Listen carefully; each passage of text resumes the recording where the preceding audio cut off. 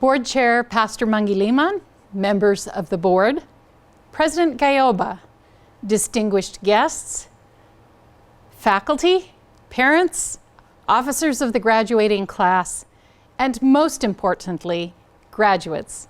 It is an honor to be with you today to celebrate the graduation of your class. Congratulations. Graduates, you have studied hard and accomplished many things. Your educational programs have been carefully formulated to prepare you well. You have learned about how important excellence, character, and courage are in breathing life into your education. You are celebrating the completion of a degree, but the learning is not over. That's why this is called a commencement.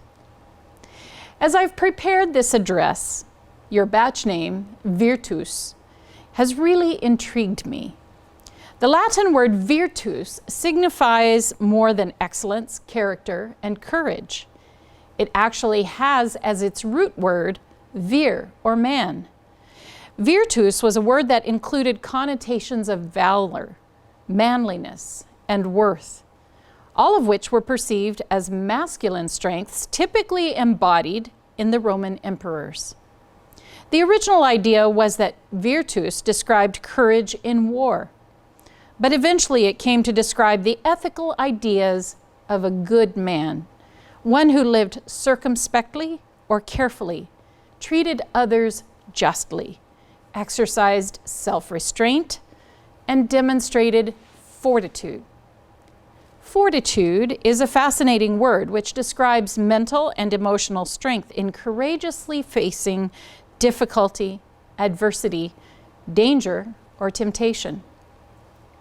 It occurs to me that virtus describes the man that every girl would like to marry. He's careful, he's fair and honest, he controls himself in all the important ways. He shows strength and courage in protecting and guiding his marriage, his children, and his business through hard times. The virtus man is the epitome of excellence in whatever he produces. He's an upstanding man, a pillar of the community, respected and sought out for wisdom. As I pondered it a little further, I realized that the man who embodies virtus actually sounds like a male version of the Proverbs 31 woman.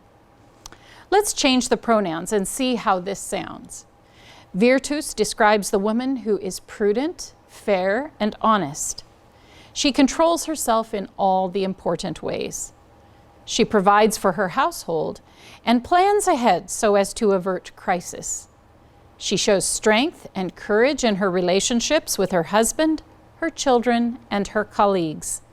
She is the epitome of excellence in whatever she does. She's a woman to be admired, a pillar of the church, respected and sought out for her wisdom and counsel. As we consider the qualities that are conveyed by the word virtus, they actually can be captured in one English word: character. All of the virtus qualities are those which make up a person of good character. After many years of seeing graduates cross the college platform to receive their diplomas, I have come to this conclusion: even greater than the graduating students who are excellent in academics or pursue careers defined by competence or financial success, I would value much more graduating students who are of principled character. Someone can be an excellent scholar, but they can do things that make you ashamed to have the name of your institution on their diploma. Someone can be accomplished in their career, but they can make personal choices that cause you to wish they did not wear the name alumnus of your institution. But if you graduated from my institution having developed a virtus kind of character, I would never have to worry, as the president of your school, that you would represent your institution well. Do you see the difference? A good character is the virtue above other virtues. One of the founders of the Seventh-day Adventist Church, Ellen G. White, agrees with me about the importance of character. Here's what she says: A character formed according to the divine likeness is the only treasure we can take from this world to the next. Isn't that remarkable? To put it into today's vernacular, a character that is formed to look like Jesus is the only treasure that will go with you into heaven. Mrs. White goes on to say that in heaven we will continually improve. Growth and learning will still go on there. What is not character? Genius is not character. Reputation is not character. Wealth is not character. True character is a quality of the soul revealing itself in the conduct, Ellen White wrote. It is unaffected by panics or failures. Integrity, firmness, and perseverance are qualities that all should seek earnestly to cultivate, for they clothe the possessor with a power which is irresistible, a power which makes him strong to do good, strong to resist evil, strong to bear adversity. Notice that description. A power which makes him strong to do good, strong to resist evil, strong to bear adversity. It sounds a great deal like virtus to me. Strength of character consists of two things, Ellen White continues. Strength of character consists of the power of will and the power of self-control. Many youth mistake strong, uncontrolled passion for strength of character, but the truth is that he who is mastered by his passions is a weak man. The real greatness and nobility of the man is measured by his powers to subdue his feelings, not by the power of his feelings to subdue him. She wraps it up by saying that the strongest man is he who, while sensitive to abuse, will yet restrain passion and forgive his enemies. You are going to have to back this up and listen to it again to soak in the weight of those words. This is rich truth all the way through. Character matters. The building of character is a journey. It means making some hard choices, and it is a goal that is never fully accomplished. Not only is it the work of a lifetime, but we know that building character will continue in heaven. Strength of character, virtus, is seen, as was said, in the ways in which we conduct ourselves. Scott Schwab, a business entrepreneur and book author, says, "Our character is a composite of people we have watched, experiences we have had, but completely relies on the decisions that we make." That echoes the statement of Ellen White that true character is seen in people's behavioral choices.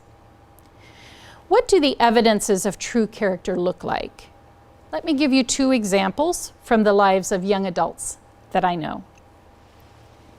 A young man who was in my class a few years ago came from South America to the United States with a dream of earning a degree in business. He had some financial help from a sponsor, worked many hours as a student worker, and applied for scholarships. But he was as poor as dirt. As he soaked in everything he could learn from his professors, he dreamed of a brighter future. Last year was Sam's senior year of college, finishing in the honors program and doing his senior project. He could have chosen a money-making project. After all, that's what you would want to do in the field of business, right? No, not so with Sam. Sam told me, if children could just learn good business principles when they are in elementary school, they would have the tools to earn money for college, make wise financial choices, and achieve their dreams. For his senior project, he developed a business education program for children coming from poverty. They would learn the principles, start their own little businesses, and get a certificate at the end.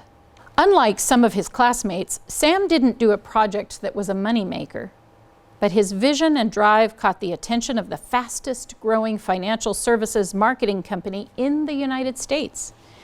They hired him for his very first job.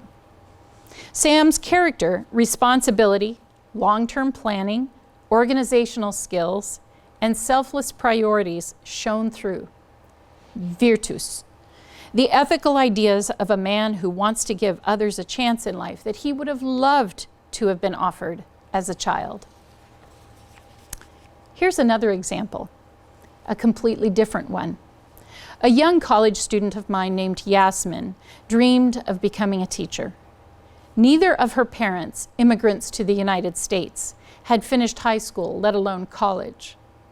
There was a hurdle to entering the teacher education program. Yasmin had to pass a test called the CBEST, the California Basic Education Skills Test. Passing this test documents that you are able to read, write, and do mathematics at the 8th grade level. Should be easy, right? Not for Yasmin. As a second language English speaker with a learning disability that made testing a huge challenge for her, she took the test and failed it. She tried and failed again, and then again, and again. She would pass one section, but fail the next two. And then she passed a second section, but still had to keep retaking the section she failed. We could all see that Yasmin would be an excellent teacher for young children. Every time she went to retake the exam, we prayed for her and held our breath and grieved when she failed once again, despite studying and getting help for her test anxiety. One of the markers of character is the will to persevere, even under repeated disappointment. Yasmin certainly did that. Although her failures cost her an extra year in college and much more tuition, she kept trying and did her best each time. On her 9th try, she finally passed the last section of the CBEST, opening the door to enroll for her teaching methods classes. A huge cheer went up from all of us in the education department. This young woman had persevered, and her perseverance was not only an inspiration to her professors and her fellow students, but it has also been an inspiration to her husband and her 3 wonderful daughters in the years since then. Virtus, valor in battle. For certainly it was a battle that Yasmin won, and hundreds of children have benefited in her Spanish-English kindergarten classroom in the years since then. What qualifies as examples of virtus? What if I told you that Sam did a project for some poor kids in public school, and I didn't tell you that he got hired by a top marketing company? What if I told you that Yasmin passed a test on her 9th try and didn't say that she had been a successful dual language kindergarten teacher in the years since then? Their victories would seem small, wouldn't they? But that's what character, virtus, is made up of. One small try after another. One good choice after another. One small success after another. One difficult problem faced. One after another. One victory won, and then another. A mind and heart that never rest in the process of becoming a person of great character. Day after day, your choices and behaviors matter. The Lord cares about a leader's lifestyle and character, not just his gifts, says Frank Damasio, the author of many books on leadership. While the gifts of the Spirit are given freely, character development comes only with time, at great personal effort. This is why God invests his time into his leaders, disciplining them, stretching them, and developing in them the character they need to become vessels of honor for his use. 2020 has been an unusual year, one that has called upon us to exercise courage and character.